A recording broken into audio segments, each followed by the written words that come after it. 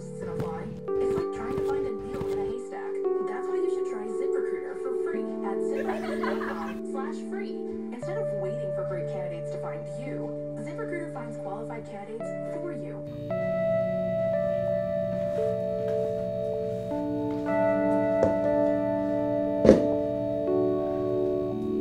Wala na namang ulam.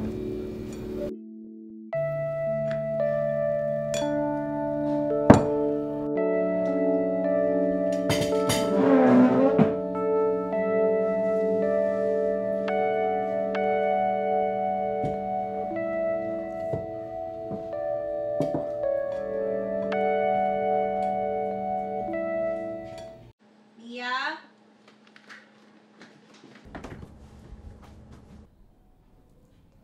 Ma, tingnan mo, binili ko para sa'yo. Ang ganda naman yan, anak. Ipit ko nga sa'yo.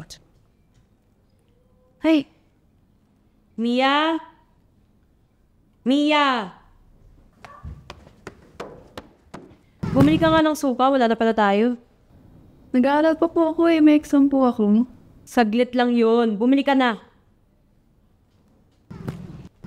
ayan. Ang ganda.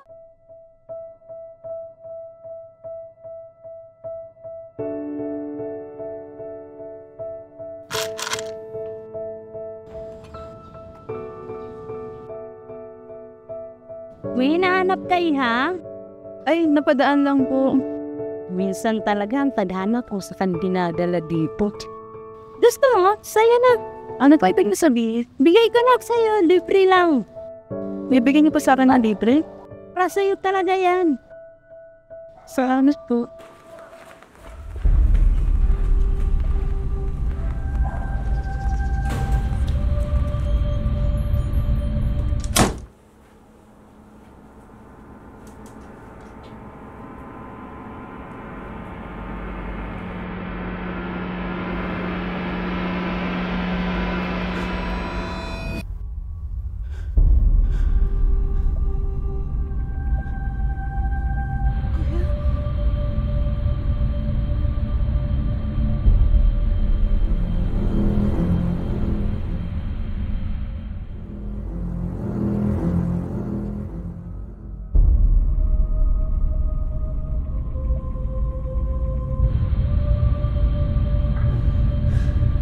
Sino ka?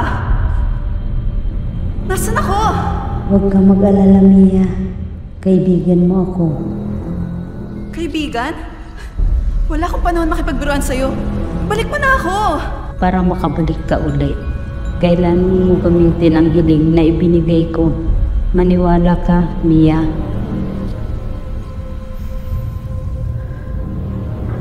Sana, mabawasan ng mga pasanay at pabigat ng mga magulang ko.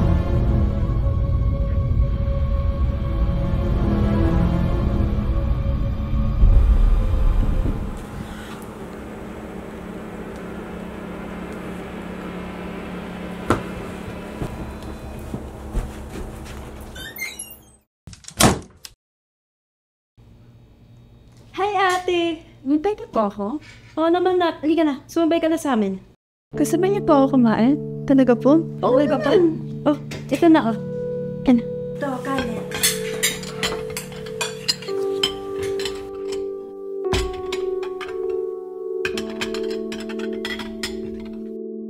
Kuya, sobrang saya ko.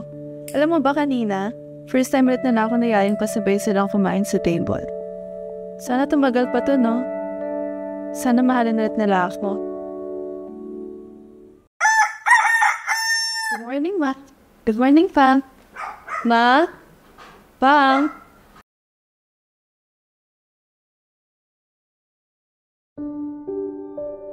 Iniwan nila. Ako?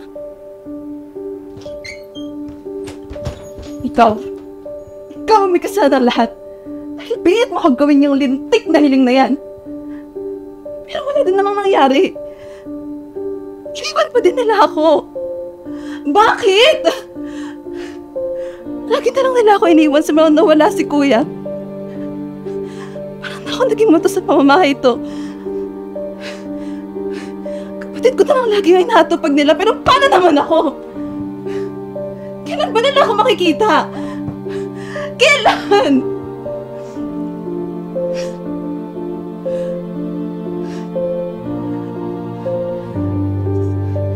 Sana maranasin ng kapatid ko yung sakit. At mawala na din siya sa paningin ng mga magulang ko. Dapat naman yung makita nila.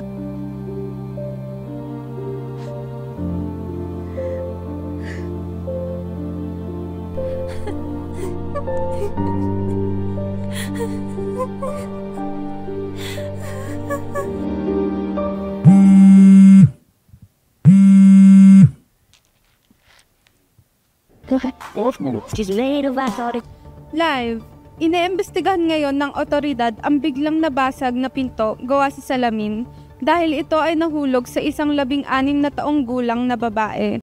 Siya ay nagbabaksyon lamang kasama ang mga magulang niya. Hindi naman ito yung hiniling ko, ha? Ayoko masaktan yung kapatid ko!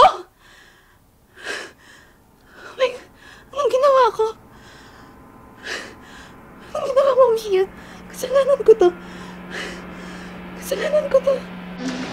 Kamusta naman yung school mo, Mia? Okay lang naman. Nagpa-graded recitation nga lang si Miss. Anong subject? So math. Nakasagot ka ba? Nag-ano ako. Ano? Pumunta ako ng kantin. Ba't hindi ka nag-quiz? Hindi. Out of stock nga lang yung banana cue. Kumain. Oh, Mia, pinagustuhan ka ba doon? Actually, medyo nagandahan na ako dun sa salamin. Mia, bukan mo na. Hintayin mo ako. Salamat po!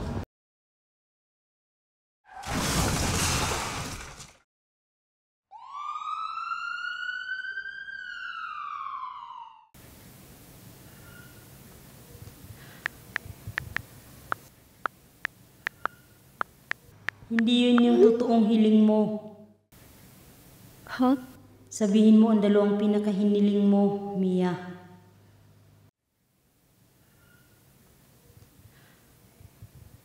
Sana maging masaya at ligtas ang mga magulang at kapatid ko. Na lagi silang magkasama.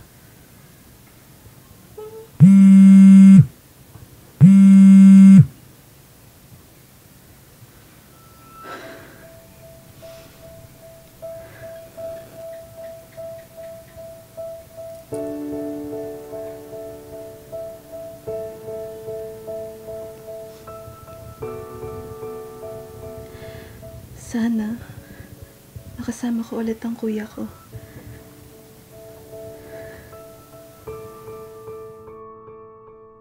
Anong ginagawa mo dito? Parang masyado pang maaga para samahan mo ako. Kuya, gusto talaga kita makita ulit. Hirap na hirap ako nang nawala ka. Please, huwag na tayo ulit magkahiwalay. Magiging okay na ang lahat. Magkasama na tayo. Hindi na kita iiwan ulit. Pangako. Uwi na tayo, Mia.